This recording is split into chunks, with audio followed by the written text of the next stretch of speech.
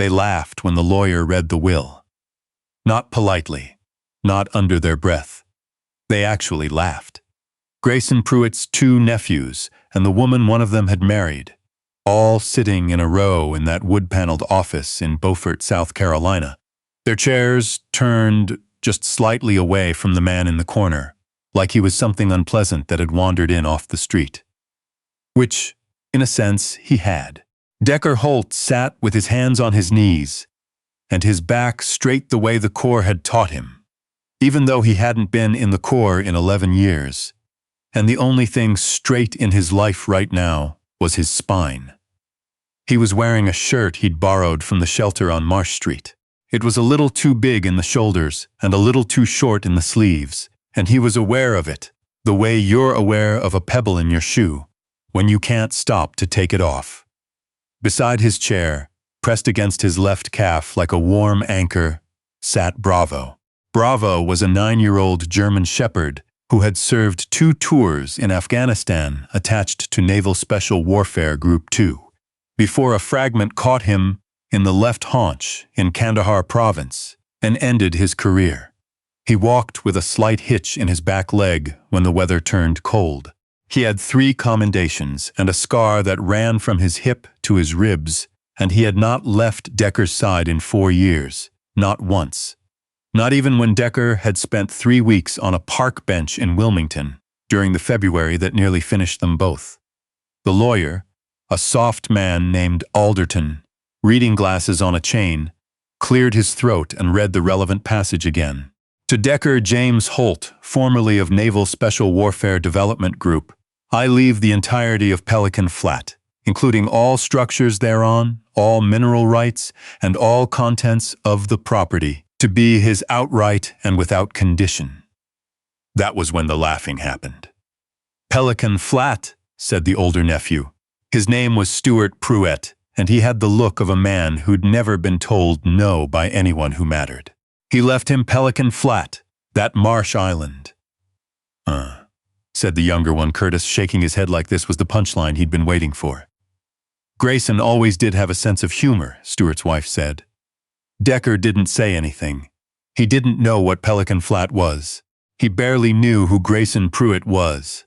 An old man who had come to the VA volunteer lunch 3 Thursdays running, who had sat across from Decker with a cup of bad coffee and asked questions that weren't intrusive. Just careful, the way old men sometimes ask questions when they've decided they want to actually hear the answer. They'd talked about the water, about what it felt like to be out at sea before a mission, that particular dark and silence. Grayson had been merchant marine decades ago. He knew that silence. 3 weeks after their last conversation, Grayson Pruitt was dead. And now, apparently, Decker owned an island. The marina where you caught the water taxi to Pelican Flat was 40 minutes south of Beaufort, down a road that turned to packed dirt the last 2 miles. Decker sat in the bow of a flat-bottomed aluminum boat, while a man named Russ, who seemed annoyed to be making this particular trip, ran the outboard at half throttle through the marsh grass. Bravo stood with his nose into the wind. His ears were forward. He always did this on the water, became more alert, more present, like something in him remembered what water had meant. In the years when his job was serious. Nobody's been out here in probably 8 months, Russ said, not looking at Decker. Old Grayson stopped coming after his hip. Previous to that, he came maybe 4 or 5 times a year, just to check on the place. He paused. Man never threw anything away. I can tell you that. What's on it? Cabin. Old dock, half rotted. Tool shed. Bunch of scrub oak and marsh grass and mosquitoes. Russ cut the throttle as they rounded a bend in the channel and the island came into view. Low and green against a gray October sky, maybe 3 acres, a weathered gray cabin set back from a small sandy beach. That's her. Decker looked at it for a long moment. He'd slept under an overpass for 6 weeks the previous winter. He'd eaten at soup kitchens and shelters, and once, when those weren't available, he hadn't eaten. He had a duffel bag with everything he owned, and a dog, and a VA case number, and a therapist he saw when he could get there, and a brain that woke him up at 4 in the morning with things it needed to show him, things he'd spent years trying not to see. He looked at the island. "Okay," he said. The cabin was one room and a sleeping loft, with a cast-iron wood stove and a kitchen that hadn't been updated since roughly 1987, and windows that faced west over the marsh, so that in the evening, when the sun went down, the whole inside went gold. There was a generator in the tool shed that, against all probability, started on the third pull. There was a hand pump at the kitchen sink connected to a cistern.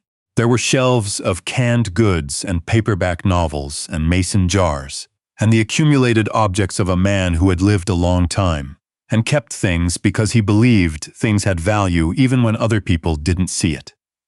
Decker sat on the porch steps the first evening with a can of soup he'd heated on the wood stove, and Bravo sat beside him, and they both watched the marsh go dark.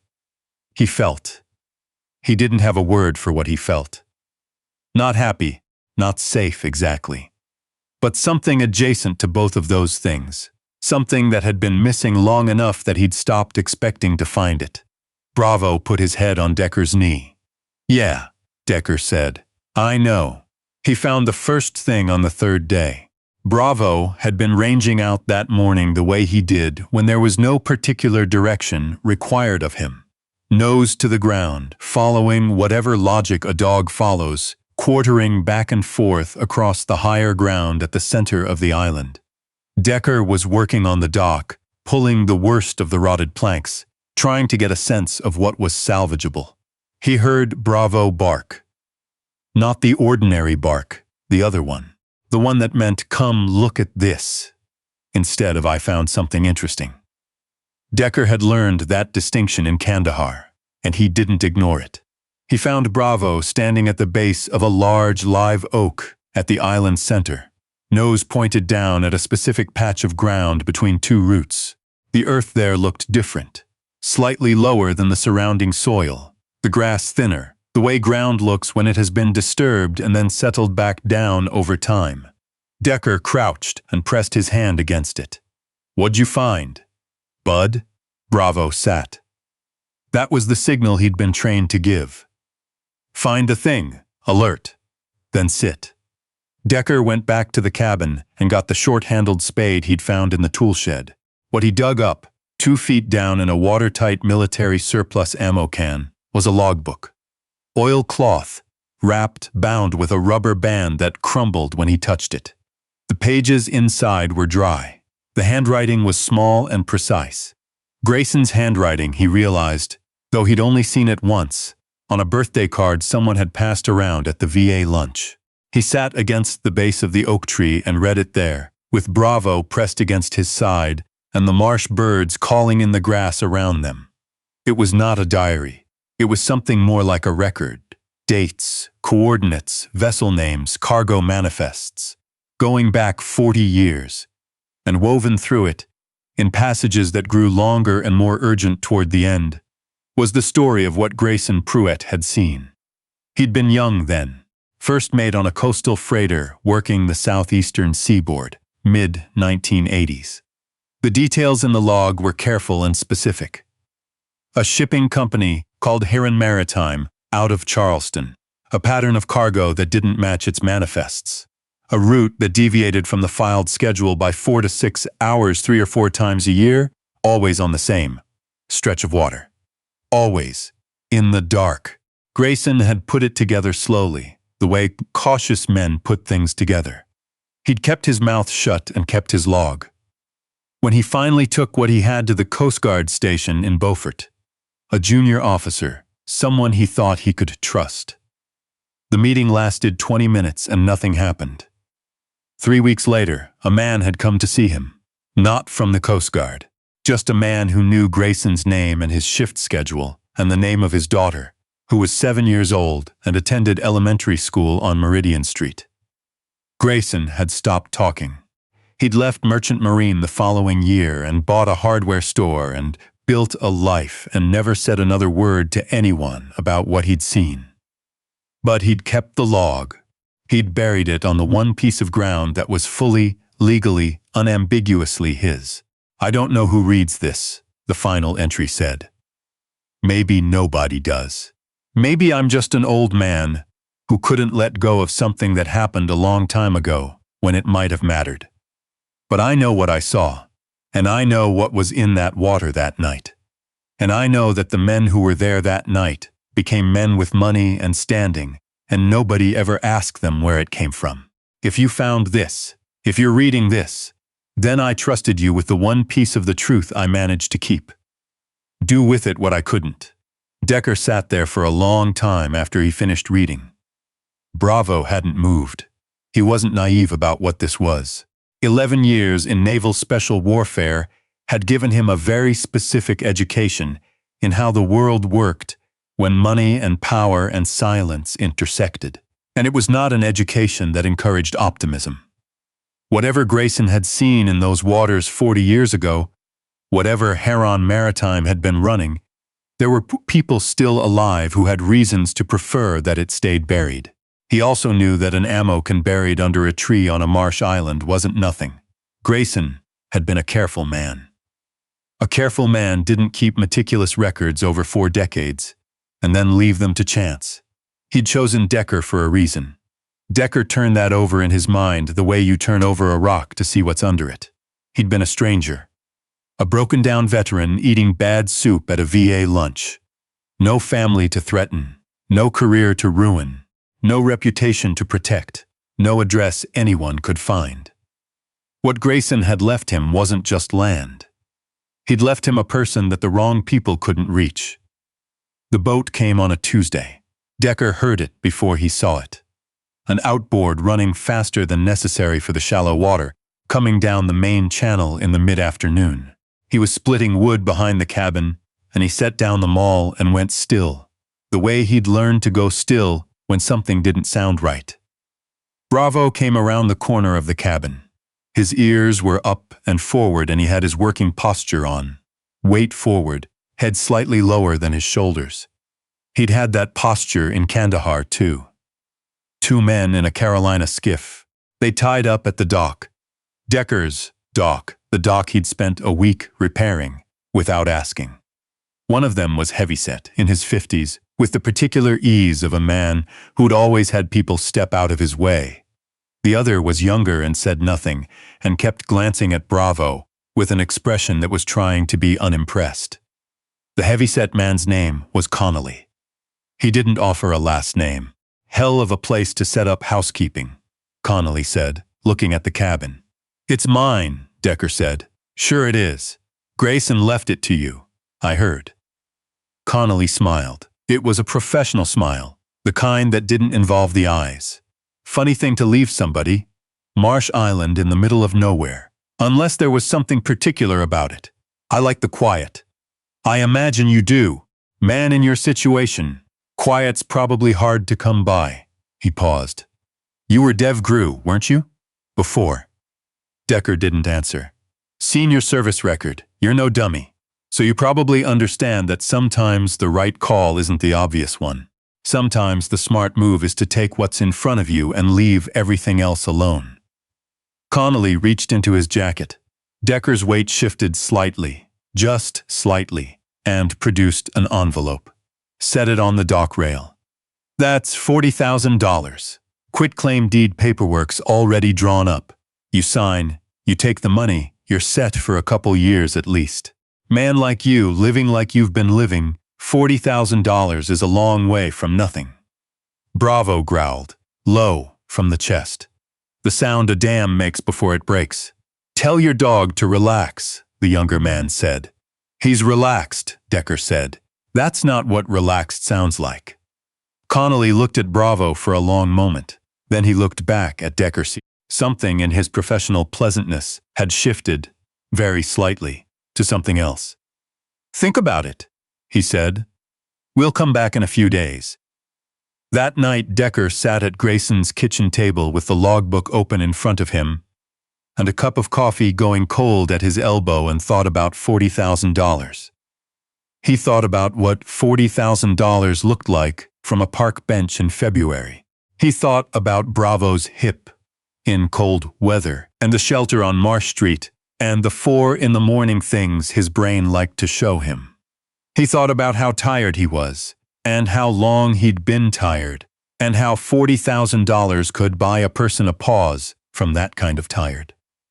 Then he thought about a 7-year-old girl on Meridian Street, and a careful old man who'd kept a secret for 40 years, and then spent 3 Thursdays having coffee with a stranger he'd decided to trust. He closed the logbook. "Okay," he said, to no one, to Bravo, who was watching him from the doorway. "Okay, so we're doing this." He knew enough to know that going straight to local law enforcement was not the move. Connolly had said he'd seen Decker's service record. You didn't see a man's classified service record without access, and you didn't have that kind of access unless someone had provided it. Whatever had protected Heron Maritime 40 years ago might still be protecting the men who'd grown out of it. He needed someone outside that system, someone he could trust without having to trust an institution. He found her through the VA network, a woman named Priscilla Warren, an investigative journalist who had spent a decade covering defense contracting fraud before she'd moved to a smaller paper in Savannah. She was in her late 40s, and she had the voice of someone who had been lied to professionally for so long that she'd developed a precise instrument for detecting it. He called her from the marina's payphone because he didn't have a cell phone and he didn't want to use Russ's radio. "I have a logbook," he said. 40 years of documented cargo irregularities on the southeastern coast. Dates, coordinates, vessel IDs, signed by a man who is now deceased. A pause. "Where are you?" "On an island," he said. "It's complicated." "Start from the beginning," Priscilla said. He did. On the 4th day after Connolly's visit, they came back. It was early, before full light, which told Decker something about how seriously they were taking this now. He heard the boat and was already up and moving, Bravo beside him, both of them coming out of the sleep they'd learned in the teams, the kind where one part of you is always listening. He'd spent the intervening days preparing, the way he'd been trained to prepare. Know your terrain, know your exits, know where the high ground is. Pelican Flat was 3 acres of Marsh Island with 1 dock and 1 channel approach, and a stand of live oaks at the center that gave good cover and a sight line to the water. He knew every foot of it. There were 3 of them this time, Connolly and the young one and a 3rd man who came off the boat first, and moved the way men move when they've had training. Decker clocked that immediately. He didn't confront them. That wasn't the play. The play, Priscilla had drilled this into him over the phone, was documentation, not confrontation. She had a contact at the FBI field office in Columbia who was not connected to Charleston and who had agreed, contingent on seeing the logbook, to treat this as a federal matter. Decker held the high ground in the oaks. Bravo was with him, quiet and still, pressed against his leg. But when the 3rd man, the trained one, began moving toward the oak stand with too much purpose, Bravo made a sound so low it was almost below hearing. Then he moved, not toward the man. Sideways, cutting through the scrub in an angle the man wouldn't expect, emerging 15 feet to his left, and stopping there, planted, making himself the only thing in the world worth looking at. The man stopped. Bravo didn't bark. He didn't advance. He just stood there, and the man understood, in the way people understand things when something is communicating very clearly, that the next movement he made would be a consequential one. It was enough. Long enough for Decker to put the logbook in the waterproof case he'd borrowed from the tool shed, and get it into the kayak he'd found under the cabin, and get the kayak into the water on the back side of the island where they couldn't see it from the dock. Bravo came through the marsh grass at a low run, haunch hitching slightly, and hit the kayak running, and Decker pushed off, and they were into the channel before the shouting started behind them. Priscilla Warren met him at a boat ramp 12 miles south. She was a compact woman with gray-streaked hair and reading glasses pushed up on her head, and she took the waterproof case from him and opened it and looked at the logbook for a long time without saying anything. The kind of silence that meant she understood what she was looking at. "This is real," she said. "I know it is. The company. Heron Maritime. It was absorbed into a private equity firm in 1998. Two of its founding partners are still in business. One of them is on the board of a defense contractor that currently holds federal contracts worth." She stopped, exhaled. "This is real." "That's what I said." She looked at him, then at Bravo, who was sitting on the boat ramp dripping marsh water and apparently not concerned about it. "He okay? He's limping?" "Old injury. He's fine." Decker paused. He found the logbook. First place he went on the island. "I don't know if he smelled something or if it was luck or—" "It wasn't luck," Priscilla said. "The FBI field office in Colombia opened a formal investigation 11 days later." Decker learned this from Priscilla, who called the marina and left a message with Russ, who relayed it to Decker with an expression suggesting he had revised his opinion of the situation somewhat. The investigation moved the way federal investigations move. Slowly and behind closed doors and without press releases. But it moved. 2 civil attorneys contacted Decker over the following months, offering to represent him as a material witness, which was not something he had anticipated needing. A reporter from the Post and Courier called the marina looking for him. Then one from a national outlet. He didn't talk to them. He spent those months fixing things. The dock. The south-facing window that had been letting weather in for what looked like several years. A section of the cabin's tin roof where a seam had opened up. He was not handy in the way that comes from having a workshop and good tools. He was handy in the way that comes from necessity, from having fixed equipment in conditions where not fixing it meant dying. It turned out that translated. Bravo spent those months doing what he'd always done, which was being exactly where Decker was, on the dock in the mornings when Decker drank his coffee. At the edge of the porch in the evenings when Decker watched the marsh go dark. On the foot of the bunk at night, which technically he wasn't supposed to be, but which no one was going to enforce. The hip got stiffer as the weather cooled. Decker got Russ to pick up the medication from the vet on his supply runs to the mainland. He watched Bravo move around the island, slower than he'd been in the spring, more deliberate, and felt something that was adjacent to grief and also adjacent to gratitude and didn't have a simple name. "You did good," he told Bravo one evening, on the porch, the marsh going gold around them. "Back there with that guy in the oaks, that was good work." Bravo put his head on Decker's knee. He was getting slower, but he was still there. He was still exactly there. Stewart and Curtis Pruitt contested the will. They hired a firm out of Charleston and filed the contest 4 months after the initial probate, alleging that Grayson had been of diminished mental capacity at the time of the will's execution. The firm sent a letter to Decker through the marina that was written in the kind of language designed to make you feel small and outmaneuvered before you'd even read the whole thing. Decker read the whole thing. Then he set it down. The 2 civil attorneys had mentioned this possibility. One of them, a woman named Sutherland out of Colombia, had told him that a will contest was a slow and expensive thing to defend against, but that diminished capacity was an extremely difficult allegation to prove when the testator had been meeting with an estate attorney, signing documents and conducting his affairs in the months before death. He called Sutherland. She told him not to worry about it. He worried about it anyway.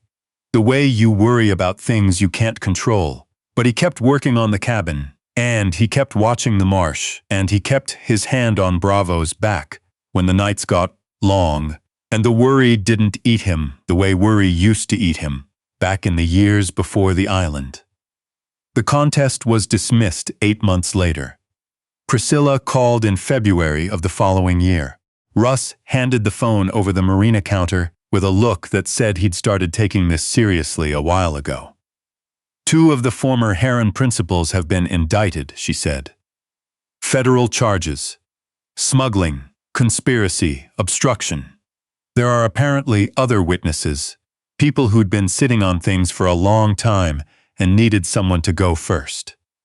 Decker stood at the marina counter and looked out at the February water. "Grayson went first," he said. "He just went first 40 years late." "Yes." A pause. "How are you doing out there?" "Good," he said. And then, because it was true and he had not expected it to be really good, he didn't make it into the papers, not by name. Priscilla protected that, or tried to. There was a brief period where a photograph of the island appeared in an online article, and a few people made the connection between the anonymous witness and the man living on it, and he got some calls through the marina that he declined. He had been offered money, twice, by people who wanted him to sell, or option, or comment, or appear somewhere. He declined all of it, not out of pride, out of the knowledge that he had exactly what he needed, and he'd learned the hard way what happened.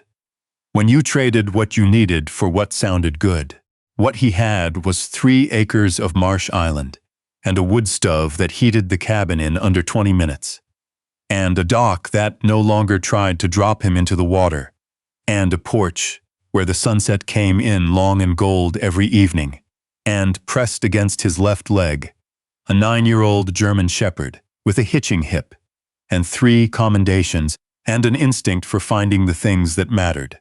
He thought sometimes about what Grayson had said to him that second Thursday, over the bad coffee.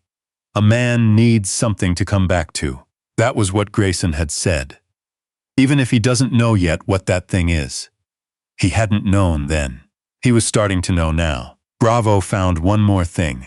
It was the following spring, when the marsh grass was coming up green again and the birds were back in the channels, and the whole island had the particular smell of a place that is waking up.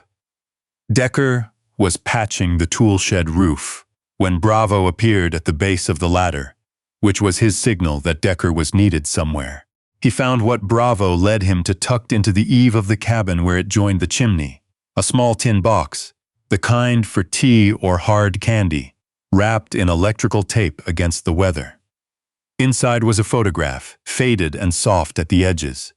Grayson, young, standing on a dock. This dock, recognizably. This dock, though the boards were newer then, with his arm around a woman who was laughing at something off camera. Underneath the photograph was a note, 4 lines, in Grayson's precise small hand. She always loved it out here. Said it was the only place where everything was simple. I couldn't keep her safe the way I wanted to. Maybe you'll do better. Decker stood in the spring sun with the photograph in his hand for a long time. Bravo sat beside him and didn't move, which was what Bravo did when he understood that what was happening needed quiet. "Okay, old man," Decker said, to Grayson, to the island, to whatever was listening. "Okay." He put the photograph on the kitchen shelf where he could see it from the table. The marsh went on doing what it had always done, breathing in and out with the tides, patient and unchanged, keeping its own counsel. And for the first time in a very long time, Decker Holt felt like he was exactly where he was supposed to be.